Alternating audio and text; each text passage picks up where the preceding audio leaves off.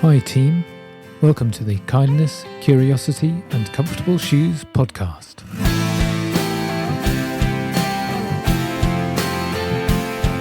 My name is James McFetrich and this is an ongoing toolkit for all healthcare staff.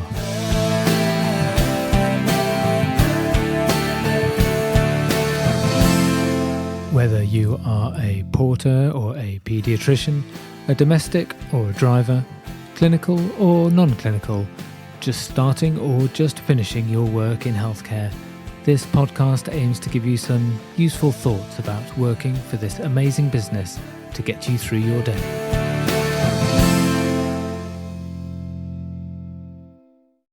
Thank you so much for listening. I hope these thoughts are useful and the podcast is fulfilling its purpose as a toolkit for all healthcare workers.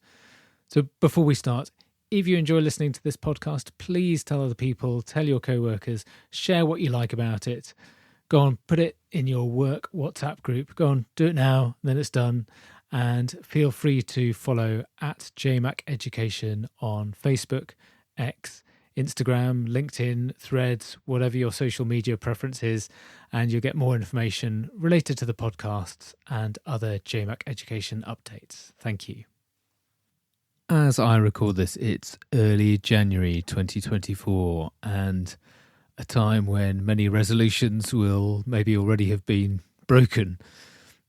So I thought it'd be interesting to have this episode about resolutions, not just for your own place at work and any work resolutions that you may have, but also thinking about your own personal life resolutions. It's important to remember the definition of resolution. Well, it's a firm decision to do or not to do something. And I often think this time of year, why do we do this to ourselves? Maybe it's because it makes sense at the turn of the year. We can convince ourselves that the days are getting longer. We can look ahead now the chaos of Christmas is over and plan for the sort of person we want to be or work in the way we want to work. However, in healthcare, making resolutions is really difficult because of the complex machine in which we work. It's really easy to perhaps sit and think and make a resolution or think about a potential resolution, but then so easy to have an excuse not to do it because of competing interests, other issues at work, or perhaps not having enough agency within your place of work to make that change. It's also a rubbish time of year, let's face it. In the Northern Hemisphere, it's still dark, it's cold. We may be recovering from the non-work excesses or excitement of Christmas, and healthcare work is clearly stuck with the issues that winter brings of increased emergency attendances, work that is cancelled because of sickness or managing the absences from colleagues who are sick. And it feels like it's a long time until literally there's any light on the horizon. Personally, I don't make resolutions in January because I just know I'm not going to stick with them. And I guess one of my feelings is, if you're going to make a change to how you work, how you interact with other people, just do it at any time. You don't need to wait till the 1st of January. I accept, though, the only benefit maybe is in January that there'll be other people doing resolutions. There's that sense of camaraderie if you have similar goals to friends or colleagues. Well, my experience would be, I guess, same as many people, you tend to hear about resolution failures rather than successes, and that's not very encouraging for your plans for change. My feeling is to make a resolution work, it should be quite a firm plan with a specific goal in mind that's genuinely possible to stick to or to reach. And there's nothing better than the SMART objectives to reach this, S-M-A-R-T. These are first described in 1981 by a trio, Doran, Millett and Cunningham, and they wrote a paper saying that a resolution, for it to be SMART, or a objective to be SMART, that stands for specific, measurable, achievable, relevant and time-bound, S-M-A-R-T. Thought it'd be interesting to work through that from a non-work related objective. So if I had a resolution that I want to do more exercise this year, then to achieve that, I could work out the SMART criteria for that. So more exercise. Well, I need to be specific about that. What is more exercise? Well, I quite like running. What constitutes more running? Is it 2 to 3 times a week? Is it every day? Even that could be more specific rather than just the number of times during a week that I run. Perhaps I need a specific goal. Am I going to complete a formal race by the end of the year? Or over the course of a year, am I going to cover a total number of miles? So I need to work on that specificity. The next section is the M for measurable. Well, it's quite easy for running. I can record how many runs I do a week or my total mileage, or I could have some form of training plan that I could tick off.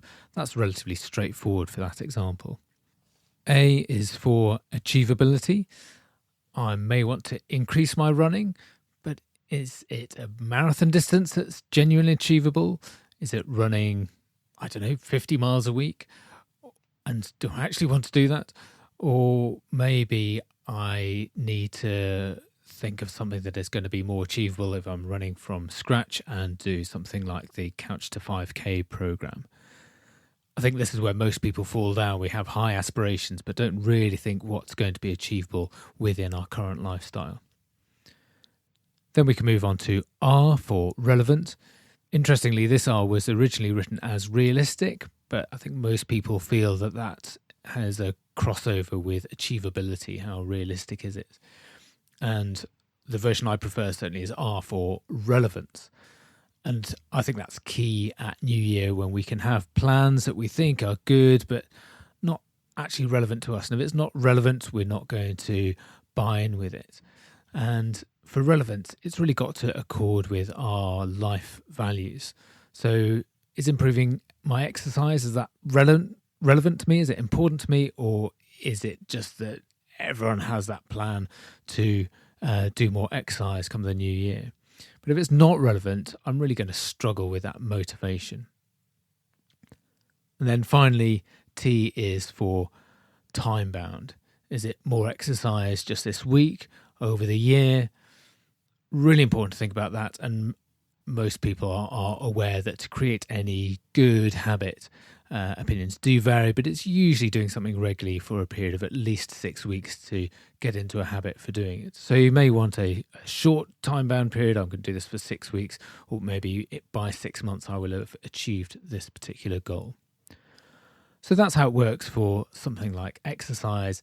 For work, clearly that's going to be very specific to the type of work you do within healthcare. And think, are your objectives based on a specific project you're involved in? Or more likely, certainly along the resolution lines, is, are you just wanting to be a better person at your job? Clearly, it's so much easier to manage this for a project where you've already got that specificity in there. But it can be used to better yourself. You may struggle working out each of those areas of SMART, and it's important to really get that specificity down. So, for example, lots of people get overwhelmed by emails and how they manage that. And if your resolution is to be better at managing those emails, you're going to need to be more specific. Otherwise, it's doomed for failure right from the start. So define what better is for you. What does success look like? If you struggle with that, maybe think about where you want to be in a year's time and what micro goals will you need along the way to help you get there. So that specificity is going to be important. Something that's measurable, again, going to be very dependent as to what you're doing, but make sure there is some way of recording it, helpful so you can look back and chart your progress. Genuinely, is it achievable with other pressures, certainly within work, but also outside of work? Making sure it's relevant. Is it relevant to your career progression? Is it relevant to the role that you're in? And having some kind of time-bound endpoint or limit where you can look back and check where you are with things. I hope if you do have some resolutions, whether they are personal or work-related, that you're happy they are the right ones for you, and maybe using that SMART process, you can make them work. Please let me know, as always, how you get on with these, whether this is helpful, and best of luck to you for your resolutions if you're making them, and even more luck to you if you are brave and say, just because everyone else is doing it, now's not the right time for me. I'm going to wait until a bit later in the year where the time is right in all aspects of life rather than just the calendar year to make a change to your working life. Thank you for listening today. There are links in the show notes for information that I've referred to in the show.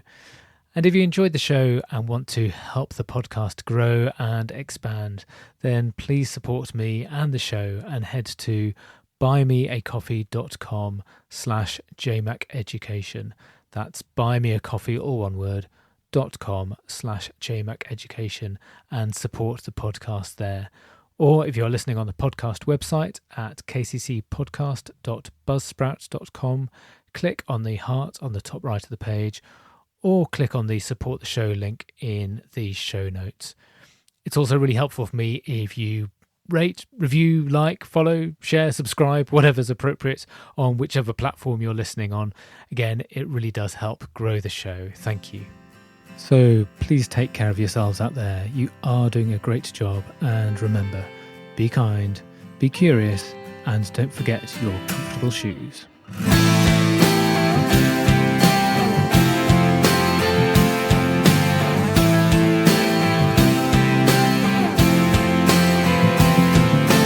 Thank you to Shakina Studio for the music, downloaded through Audio Jungle. Thank you to Beth for the artwork and the photo, produced through Canva. And thank you to Buzzsprout for hosting the podcast. The Kindness, Curiosity and Comfortable Shoes podcast is a JMac Education production.